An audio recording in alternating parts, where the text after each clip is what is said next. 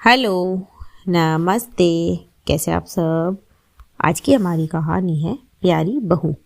शुरू करने से पहले please do subscribe my channel. चलिए दोस्तों, कहानी शुरू करते हैं। सुबह के 4 बजे थे। अभी अंधेरा पूरी तरह छटा भी नहीं था, लेकिन घर के एक कोने में हलचल शुरू हो गई थी। रसोई में चूल्हे की हल्की आंच, दाल में पड़ता तड़का और बीच बीच में किसी के धीरे धीरे चलने की आवाज़। ये सब सुनीता की दिनचर्या का हिस्सा था। सुनीता जो घर की बड़ी बहू थी, जिसे शादी के बाद से कभी बहू नहीं, बस काम करने वाली समझा गया। सुनीता की सास शारदा देवी पिछले 5 साल से बीमार रहती है। कभी घुटनों में दर्द, कभी चक्कर, कभी रात में घबराहट, और हर बार आवाज़ आती, सुनीता सुनीता ज़रा पानी तो ला दो। नींद में भी सुनीता उठ जाती। अपने पति अमित को जगाना उसे अच्छा नहीं लगता था, क्योंकि उसे पता था कि काम तो उसी को करना है।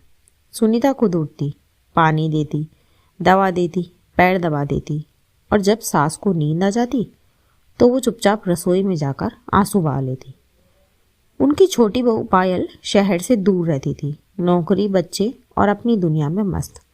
महीनों तक घर भी नहीं आती थी, लेकिन हफ्ते में 2 बार फ़ोन ज़रूर करती और कहती, माँ जी आप ठीक तो है ना? दीदी आपको दवा समय पर तो देती है ना? आपका बहुत ध्यान रखना चाहिए उनको माँ जी। फ़ोन रखते ही शारदा देवी का चेहरा चमक उठता। फिर वो सुनीता से कहती, देख सुनीता, पायल कितनी संस्कारी है, इतनी दूर रहकर भी मुझे नहीं भूलती। सुनीता बस मुस्कुरा देती, पर दिल के अंदर कुछ टूट जाता। फिर एक दिन सुनीता सुबह बिस्तर से उठ ही नहीं पाई। वजह लगातार भाग दौड़, नींद की कमी और मन का बोझ। उसे बहुत तेज बुखार था, कमजोरी और आंखों के आगे अंधेरा भी। और घर में पहली बार सेवा करने वाले को सेवा की जरूरत थी। शारदा देवी घबरा गई, पर फिर भी सुनीता से बोली, सुनीता उठो, मुझे दवा चाहिए। पर सुनीता की आंखें बंद थी।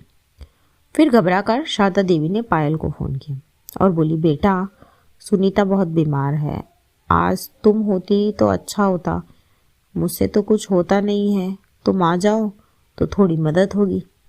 तब पायल बोली, माँ जी मैं तो चाह कर भी नहीं आ सकती, ऑफिस है, बच्चे हैं। आप ऐसा करो, कोई और इंतजाम कर लो। और फ़ोन कट गया। कमरे में सन्नाटा छा गया। फिर शाम को पड़ोसन आई।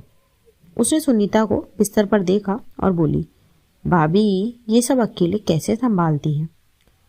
फिर वो शारदा देवी की ओर देखकर बोली, जो रोज आपकी सेवा करे उसकी कोई कद्र नहीं, और जो फ़ोन पर हालचाल पूछे वही आपकी प्यारी बहू। क्योंकि शारदा जी आस पड़ोस में भी सबको यही कहती थी कि मेरी तो पायल बहुत अच्छी है। आज ये सब सुनकर शारदा जी को आत्मग्लानि महसूस हुई।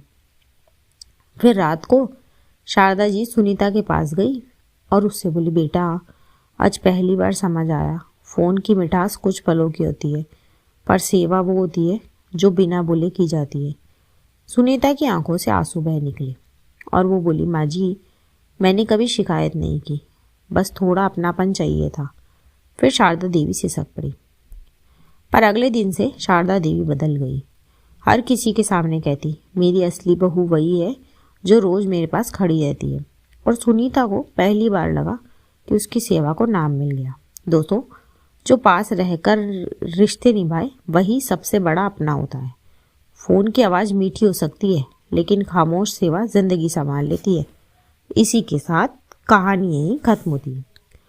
धन्यवाद दोस्तों पूरी कहानी सुनने के लिए। अगर कहानी अच्छी लगी हो तो लाइक, कमेंट और शेयर करना ना भूलें। और हाँ, रोज़ाना ऐसी नई नई कहानियाँ सुनने के लिए चैनल को अभी सब्सक्राइब कर लें। मैं मिलती हूँ आपसे अगली कहानी में। तब तक अपना और अपने परिवार का रखिए ख्याल। थैंक यू सो मच दोस्तों। Thanks for watching. Do like, share, subscribe.